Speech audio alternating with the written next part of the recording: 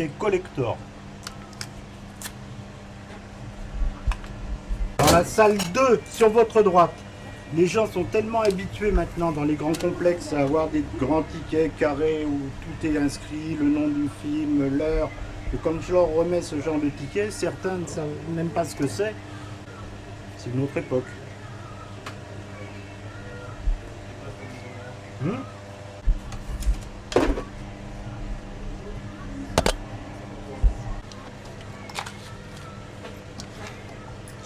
Dans la salle 2, sur votre droite.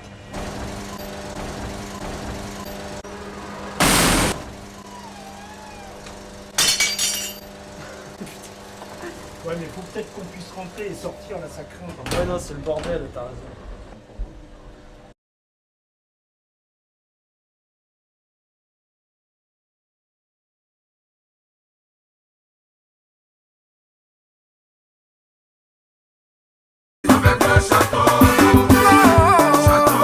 Venez, venez, allez, on va danser.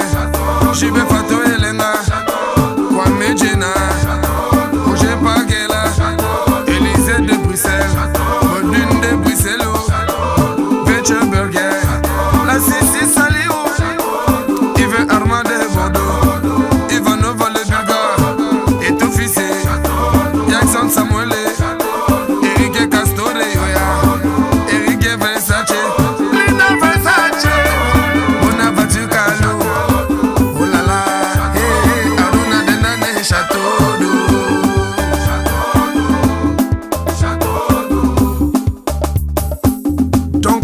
Le champion, Don Koff, le champion.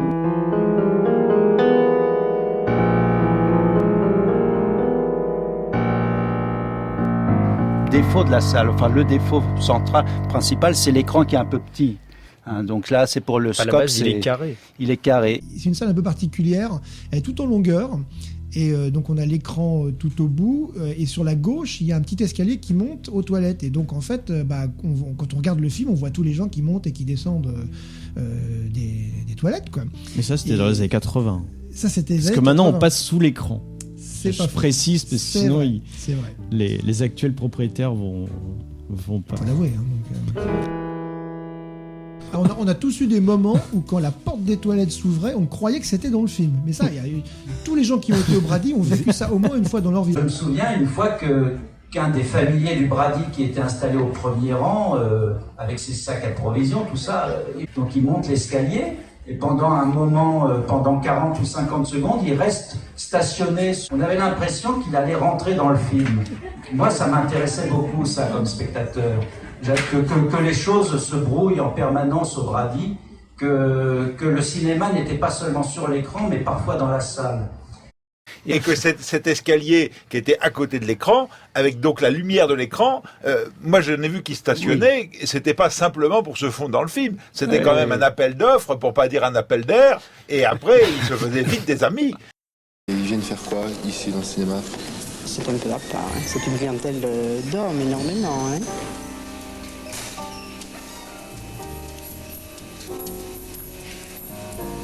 C'était un peu étrange, c'est qu'on voyait plein de gens monter. Pendant toute la séance, on voyait personne redescendre. C'était un mythe, et j'ai jamais osé y aller.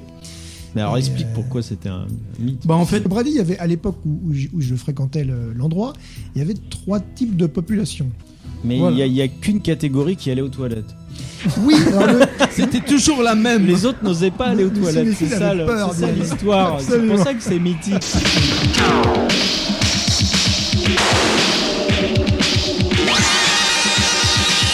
Et donc c'est quand même un peu l'angoisse à chaque fois, parce que on essaie toujours de se mettre dans un coin en espérant que personne va venir s'asseoir à côté de vous, parce qu'il y a quand même de la place partout.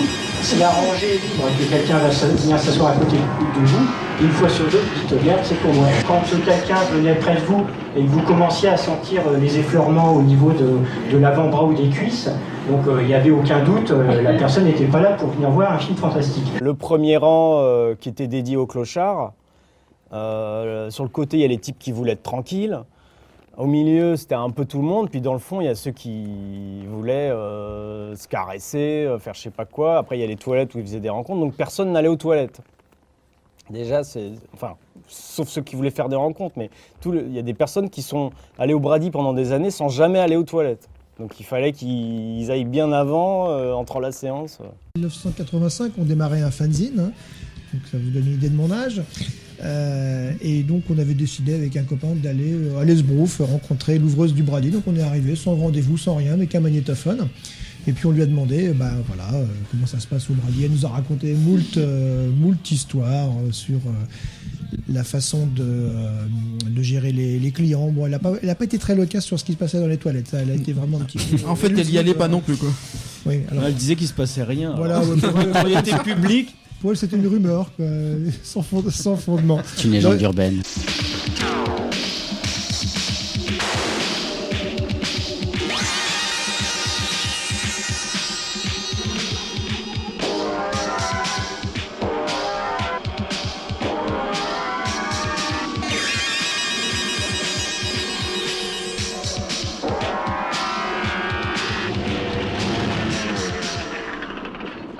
Alors qu'en fait, en réalité, elle faisait la police dans la salle. Oui, c'est ce que qu'elle je connaissait chaque pédophile par son nom. Et elle lui disait Jean-Pierre, tu restes à ta place. Non mais voilà. Elle avait quoi, une baguette avec il y avait un aussi bâton, des enfants. Il y avait aussi des enfants qui avaient 13 c'est ans qui voulaient voir des films d'horreur.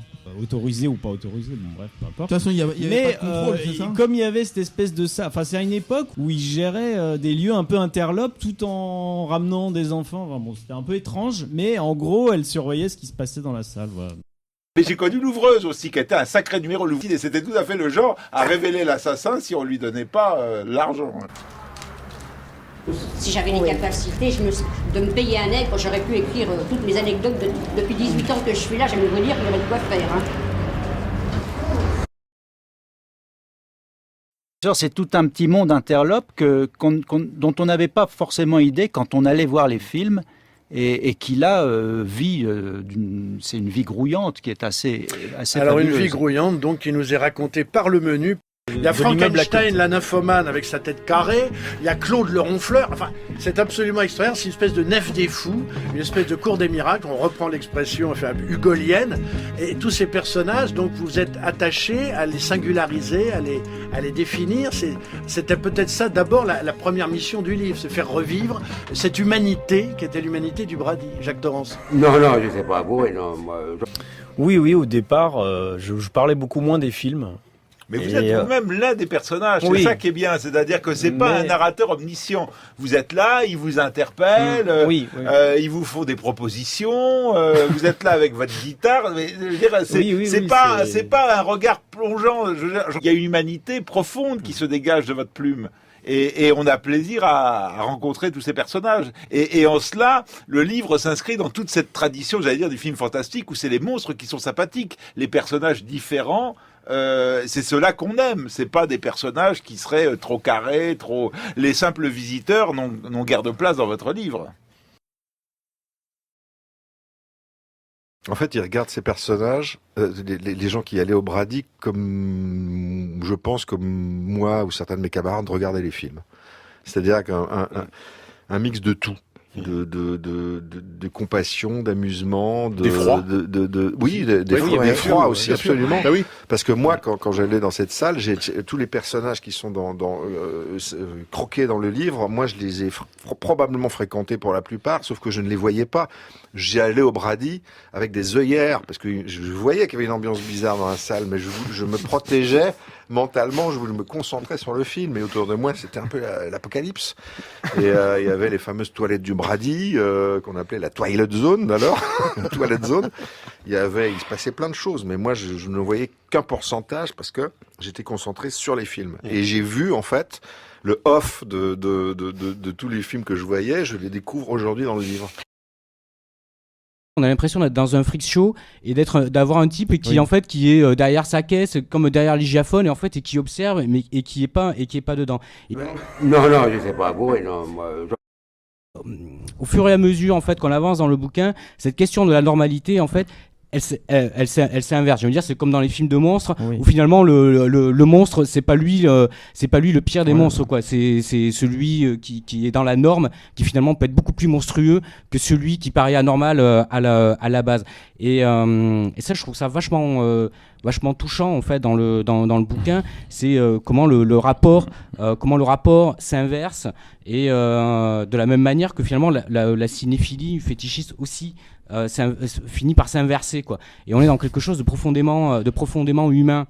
Et comme tu racontes que du coup tu bosses au Brady, en même temps tu bosses dans une salle dite normale, RASC, et qu'en fait tous les dingues à qui tu as affaire quand tu es au Brady, ben, sont beaucoup plus humains et sympathiques que les gens dits normaux qui viennent prendre leur place, qui arrêtent pas de râler, qui se comportent comme des connards pour aller voir juste pour aller voir leur film. Oui, bah oui. C'est quelque chose qui est assez. Non, je trouve que c'est quelque chose qui est assez, je trouve assez touchant. Le cinéma d'épouvante, de fantastique, c'est aussi souvent un cinéma qui met en valeur le monstre, la personne qui est réprouvée, le monstre de Frankenstein qui se fait pourchasser par les habitants d'un village. Est-ce que vous aviez le sentiment que le film projeté au Brady racontait aussi quelque chose des personnes qui assistaient au film? À l'époque, dans les années 80, les amateurs de cinéma fantastique, on se sent déjà rejeté. On se sent déjà quelque part en dehors. Quand on est au lycée, quand on commence à travailler, à rentrer dans la vie professionnelle, on ne dit pas à la fin des années 70 ou début des années 80 qu'on a ces goûts-là. On a une vie Dr Jekyll et Mr Hyde. Quand on lit dans le livre, on se dit, ah ben oui, il nous met sous les yeux finalement ce qui était enfoui là quelque part. Mais n'empêche que vous avez quelque chose, vous montrez ces figures grotesques, dérangeantes, dérangées, cassées, avec ce que faisait Selby, avec de la sympathie. Et vous montrez comme Selby qu'ils ne sont pas ceux qu'ils paraissent être. Qu'il y en a qui ont l'air vachement normaux, puis en fin de compte, ils sont totalement zinzins. Qu'il y en a qui ont l'air complètement détruits, mais qui ont leur orgueil, et qui ne montrent pas. Qu'il y en a qui ont l'air forts et qui sont faibles, faibles qui sont forts, d'autres qui osent plus revenir. Bref, vous montrez, vous les voyez au départ, peut-être un pas comme ça, et puis au fur et à mesure que vous les connaissez, vous découvrez que c'est des êtres humains. Alors, ce qui est drôle, c'est que votre fonction vous amène, pas en tant qu'écrivain, mais en tant que là, à les empêcher, par exemple, de faire n'importe quoi, n'importe où. N'empêche que vous avez une sympathie pour eux, vous vous inquiétez quand l'un disparaît, d'autres s'inquiètent pour quand d'autres disparaissent. C'est-à-dire qu'on est autant chez Quasimodo, Notre-Dame de Paris, La Cour des Miracles. Et ce qui m'a plu, c'est pas les films, je m'en fous, je les ai vus. Ce qui m'a plu, c'est ces gens qui, à un moment, dans un endroit fantasmatique qui est un cinéma, c'était pas un resto du cœur, c'était un cinéma, en regardant pas les films, vous leur donnez une vie par votre écriture. Je dirais même que ça n'oblige pas à aimer ou à connaître le cinéma bis. C'est un endroit à Paris où les clochards ne sont pas pris en charge par une organisation quelconque qui leur dit « on va t'aider », etc. Ils sont fiers, ils sont indépendants, ils peuvent même vivre devant, dans une cabane en carton et dire soi-disant qu'ils font partie de la famille de Mitterrand. Et c'est ça qui me plaît. C'est comme dans la Sexy to Brooklyn, le côté anarchiste des personnages, leur liberté, leur délire, leur folie. Bref, pour moi, c'est un livre. Et c'est des lieux qui, à un moment donné, sont devenus quelque part cultes. C'est ce qui manque presque aux spectateurs d'aujourd'hui, enfin tout du moins une frange, et qui cherche absolument à retrouver cette espèce de climat, d'ailleurs qu'ils n'ont pas connu. La plupart, on essaye de retrouver ce genre d'ambiance, ce genre de choses.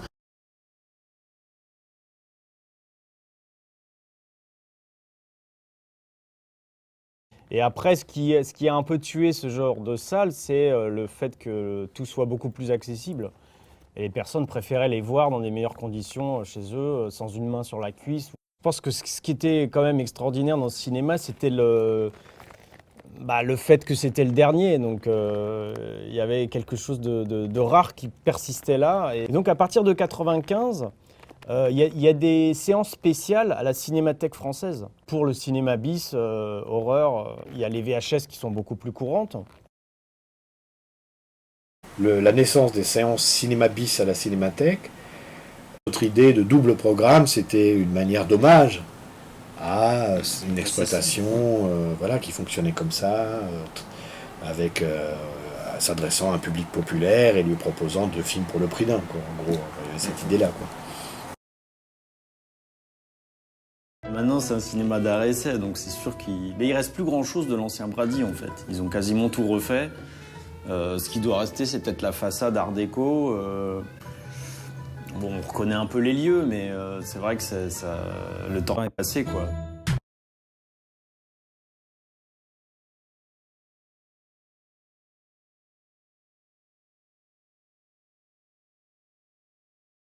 Ce public, peu à peu, s'est perdu parce que le genre de programmation a changé, le cinéma a abandonné son système de permanent, donc tout ça a fait que les choses changent. Donc le public n'est plus les mêmes, d'autant plus que ce sont des films en version originale. Donc ces gens-là, je ne sais plus où ils sont maintenant. Ils sont morts. Pour certains, probablement, et puis d'autres, parfois, on les croise dans un coin de Paris, dans un bar. Bonjour, que devient le Brady?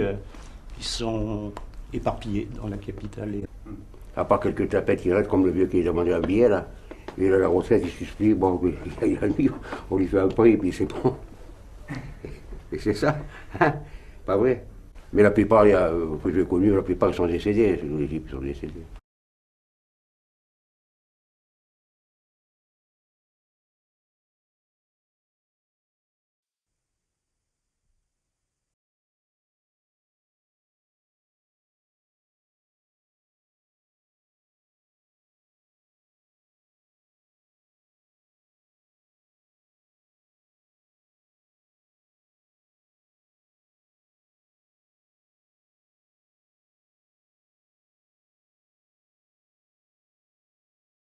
Tout à l'heure, j'essaie de lever la main et dire on parle bien sûr du passé du Brady. Voilà, j'ai donc racheté le cinéma à Jean-Pierre en 2010. Je vous l'ai vendu avec les putes et tout le bordel. Donc il y avait peut-être tout l'équipement à l'époque. Mais donc voilà, le Brady est redevenu